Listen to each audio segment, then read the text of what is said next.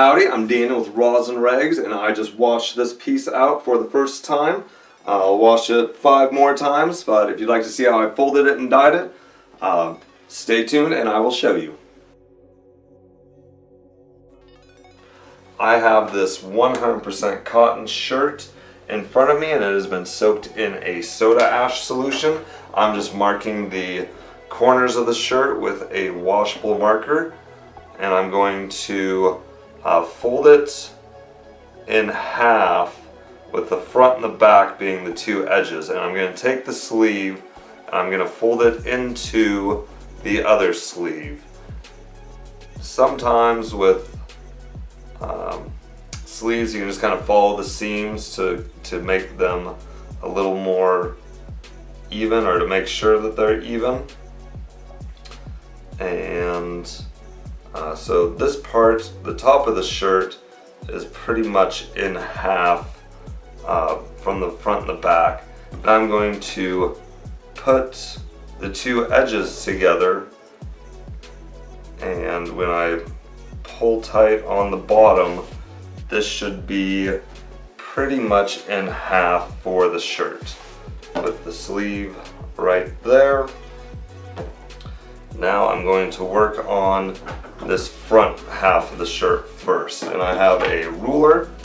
I'm going to do approximately 1 foot for the cross, and I have my washable marker, and I'm going to mark off the start and then 12 inches down, and I'm going to go with a 4-inch cross, or a third of 12 inches is 4 inches. So I went 4 inches down, and then I went 4 inches straight out, and then there's 8 inches on the bottom section of the cross. And I'm going to fold the top of the cross towards the side part of the cross, and then I'm going to kind of put those 2 edges together. And now I'm going to do the same thing with the bottom of the cross, and since I did it in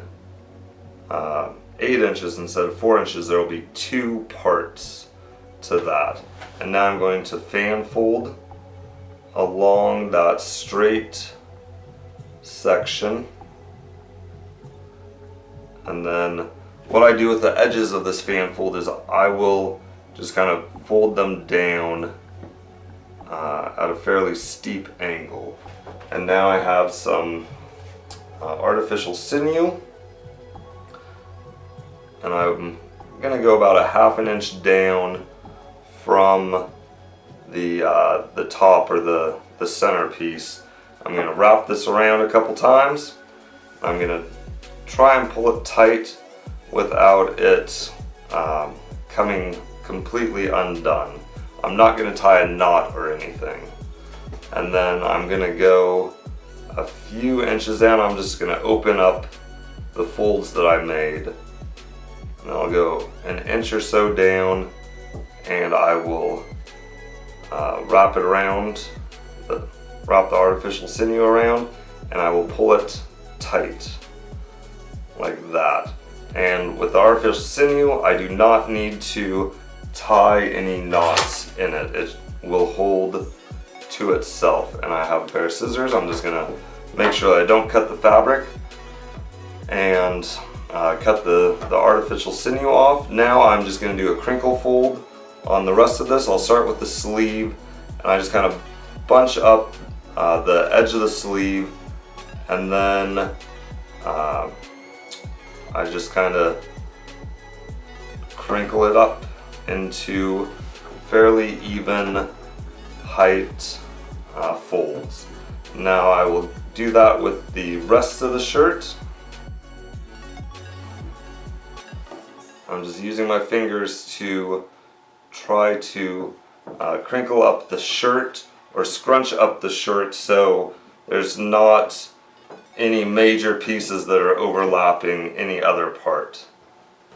So that looks good. Now I have some size 19 rubber bands, and right here next to the edge of the artificial sinew, I kind of put one rubber band,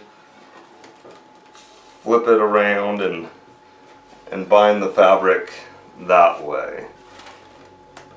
And now I'm going to use some 16 rubber bands. I was using 19 rubber bands, and those are pretty much the only two sizes that I use for my tying.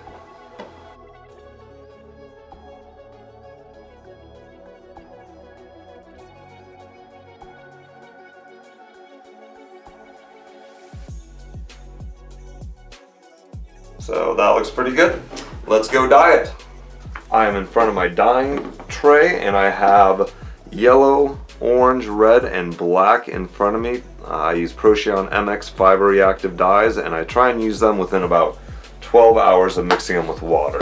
So I just put some black on the main part of the cross, or the whole cross itself, and I squeezed the fabric a little bit just to try and get the dye to go into all the little cracks a little bit easier. If you don't manipulate the fabric at all, sometimes you'll have spots where the dye doesn't go, so if you just kind of squeeze it like I'm doing, you can get dye further into the fabric than it would go if you just placed it down without touching the fabric. Now I have some red that I'm going to put right next to the cross.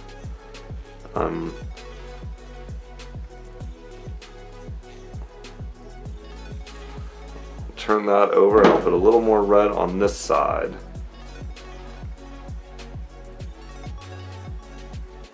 And if you're not careful, the dye can migrate along the rubber bands and the sinew. And then you can get dye different colors where you don't really want it. Now I have some orange, and I'm going to put that right next to the red.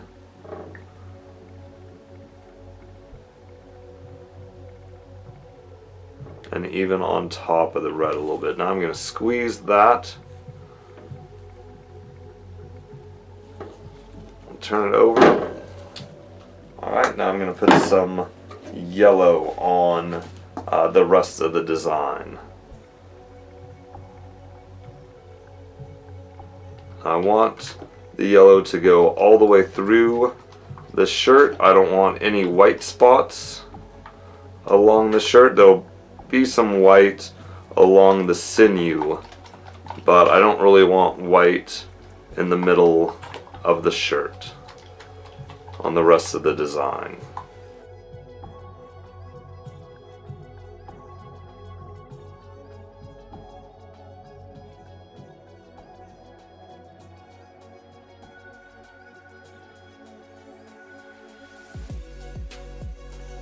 And this blue is just a washable marker, so it's not going to stay. Now I'm just going to kind of give everything a quick squeeze. Get rid of some of that excess yellow. Now I'm going to wash my hands really quickly. I'm going to put a little bit of orange down over the yellow.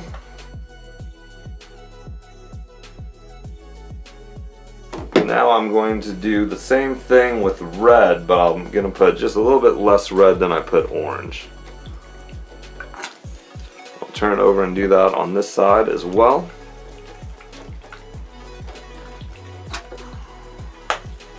Alright, now I'm just going to put a little bit of black, and I'm not going to put nearly as much black as I put even red.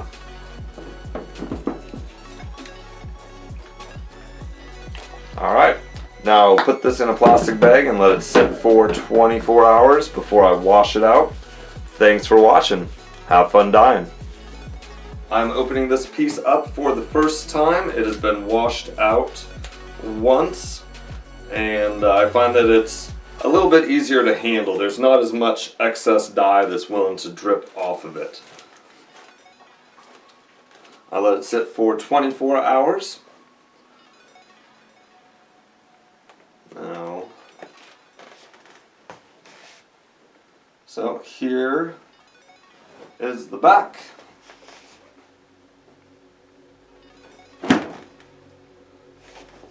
Awesome. And then here is the front.